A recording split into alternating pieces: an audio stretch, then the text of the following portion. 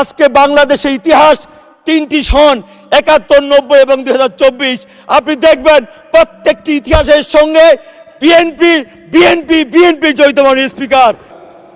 মাননীয় স্পিকার, শৈশবে সেই মানুষটি তার পিতৃ হারিয়ে যখন বেড়ে উঠেছিল, একটি সময় একটি দলের দায়িত্ব নিয়ে সারা দেশে একটি উদ্যোগ, একটু চেষ্টা এনে দিবে সচ্ছলতা, আসবে দেশে স্বনির্ভরতা, এই স্লোগানকে ধারণ করে সারা বাংলাদেশে কখনো হাঁস মুরগি ছাগল, কখনো তৃণমূল প্রতিনিধি সভা, কখনো কম্বল বিতরণ, এইভাবে সারা বাংলাদেশের মানুষকে ঐক্যবদ্ধ করেছিল। শুরু হয়েছিল সেই মজলুম মানুষটার উপরে ষড়যন্ত্র, দেশীয় এবং আন্তর্জাতিক। সেই দেশীয় আন্তর্জাতিক ষড়যন্ত্রের মধ্য দিয়েই 111 সংগঠিত হয়েছিল।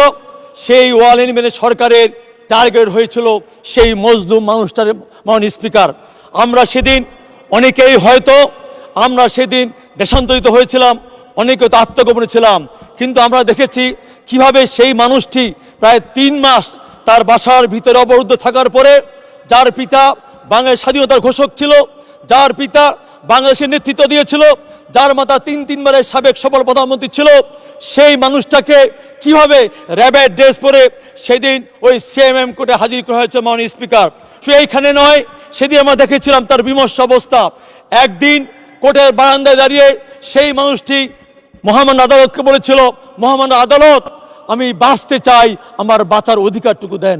মাননীয় স্পিকার, আমি সেই মজলুম মানুষটির কথা বলতে আসছি।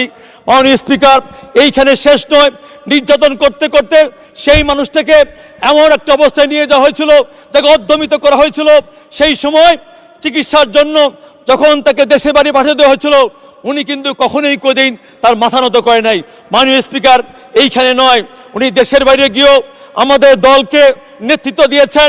নেতৃত্ব দিয়ে এই যে আজকে আমাদের সামনে আমাদের জুলাই যোদ্ধারা আছেন, আমি বলতে চাই সেই জুলাই আন্দোলনে আমি দেখেছি কিভাবে সেই মানুষটি নেতৃত্ব দিয়েছেন, কখনো তার স্ত্রীকে পাশে রেখে, এমনকি আমাদের তরুণদেরকে আরো সাহস যোগানোর জন্য আমার তরুণদের বয়সের সঙ্গে মিল রেখে তার একমাত্র কন্যাকে কিন্তু সেই দিন ওই স্কাইবির মাধ্যমে হাজির করেছিল, আমার কথা বলেছে। মাননীয় স্পিকার, এইখানে নয়, আমার সামনে আজকে বসে আছেন বিরোধী দলের নেতা। আমি দেখেছি 2025 মার্চ 12 দলের জোটের একটি ইফতার মাহফিলে মগবাজারে, সেখানে নিজ মুখে উনি বলেছিলেন এই যে জুলাই আন্দোলনের ক্যারিসমেটিক নেতা হচ্ছেন তারেক রহমান। মাননীয় স্পিকার, আজকে তাই এই প্রধানমন্ত্রীর আজকে এই যে ধন্যবাদ বক্তব্যের মধ্যে দিয়ে আমি শুধু বলতে চাই, আজকে রাষ্ট্রপতি ধন্যবাদ বক্তব্যের মধ্যে বলতে চাই, আজকে রাষ্ট্রপতি যে কথাগুলো বলেছেন এর মধ্য দিয়ে উনি বিগত দিনের সেই ফ্যাসিস্টকে ফ্যাসিস্ট হিসেবে স্বীকার করেছেন, এবং এর মধ্য দিয়ে আমাদের শহীদ প্রেসিডেন্ট জিয়াউর রহমানকে তার স্বাধীনতা ঘোষণা নিয়ে অনেক ধরনের ষড়যন্ত্র হয়েছিল। মাননীয় স্পিকার, সেই দিন আমাদের এইখানে রাষ্ট্রপতি তার বক্তব্যের মধ্যে দিয়ে স্বীকার করে প্রমাণ করেছেন ইতিহাসকে বিভিন্ন ষড়যন্ত্র করে মুছে ফেলানোর চেষ্টা করা হয়, ইতিহাসের সত্যই সেই দিন কিন্তু এই রাষ্ট্রপতি তার বক্তব্যের মধ্যে সেইটা ধারণ করেছেন, এবং আমাদের এই মহান সংসদে সেটা প্রমাণ হয়েছে। মাননীয় স্পিকার, মঞ্চ আমি বলতে চাই, আমার এই বিরোধী দলের নেতৃবৃন্দ আছেন, এই গত 12 ফেব্রুয়ারি নির্বাচনকে সামনে রেখে আপনারা কিন্তু বিভিন্ন জনসভায় বিভিন্ন সভা সমাবেশে বলেছিলেন বিগত ফ্যাসিস্ট সরকার যে দুর্নীতি করেছে সেই দুর্নীতির ভাগিদার নাকি আমাদের বিএনপি সরকার। আজকে শুধু বলতে চাই, সেই সাথে 4 দলের সরকার ছিল, সেই 4 দলের সরকারের 2 জন গুরুত্বপূর্ণ মন্ত্রী দায়িত্বে ছিল আপনাদের প্রধান 2 জন নেতা। মাননীয় স্পিকার, তাহলে বিএনপির দিকে আঙ্গুল তোলার দিকে তাকানোর দিকে আমি মনে করি উচিত ছিল আপনাদের নিজের দিকে তাকানো। মাননীয় স্পিকার, আজকে তাই এই মহান সঙ্গে দাঁড়িয়ে বলতে চাই, মাননীয় স্পিকার, আজকে আমরা যে মজলুম মানুষের কথা, নেতার কথা বলছি, সেই নেতা আজকে বাংলাদেশে পদার্পণ করে আজকে যে ইতিহাস তৈরি করেছেন, সেই ইতিহাসকে কালিমামুক্ত করার জন্যই, সেই ইতিহাসকে কালিমাযুক্ত করার জন্যই আজকে অনেক ধরনের আমরা সংসদে এবং সংসদের বাইরে অনেক কথা শুনছি। মাননীয় স্পিকার, আজকে শুধু বলতে চাই, আজকে আমরা দেখতে পাচ্ছি আজকে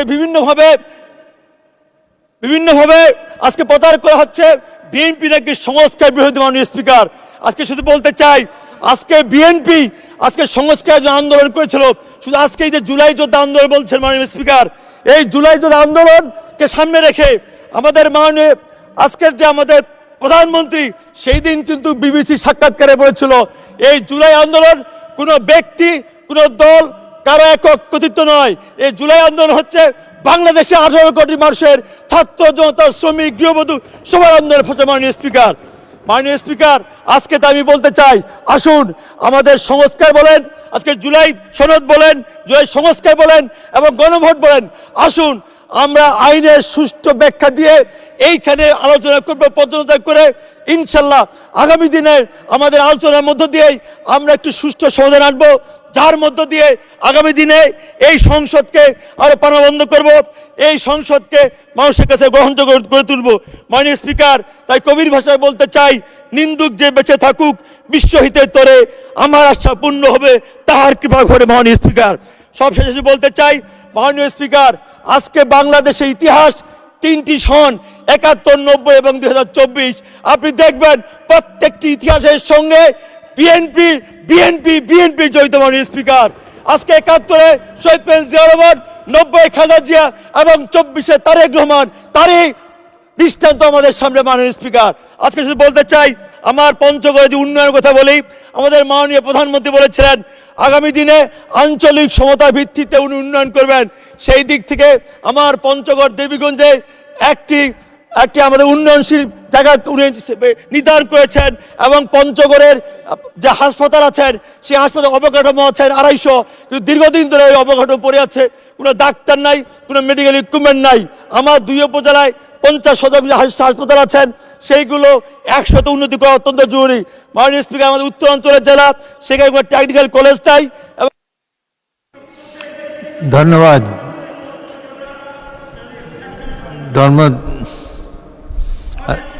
এক মিনিটে কনক্লুড করেন। মাননীয় স্পিকার, আমরা আগামী দিনে পঞ্চগড়কে পর্যটন নগরীতে রূপান্তরিত করতে চাই। মাননীয় স্পিকার, সেই হিসেবে আমরা অনেকগুলো পদক্ষেপ নিয়েছি।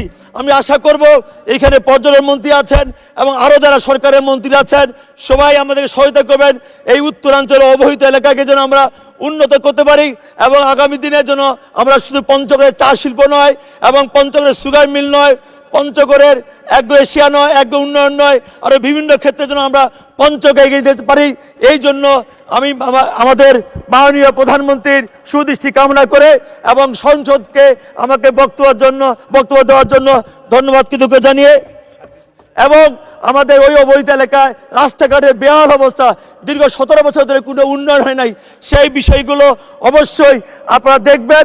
এই কথাগুলো বলে এই সংসদকে আবার ধন্যবাদ কৃতজ্ঞ জানিয়ে আমার বক্তব্য শেষ করেছি। মাননীয় স্পিকার, আসসালামু আলাইকুম।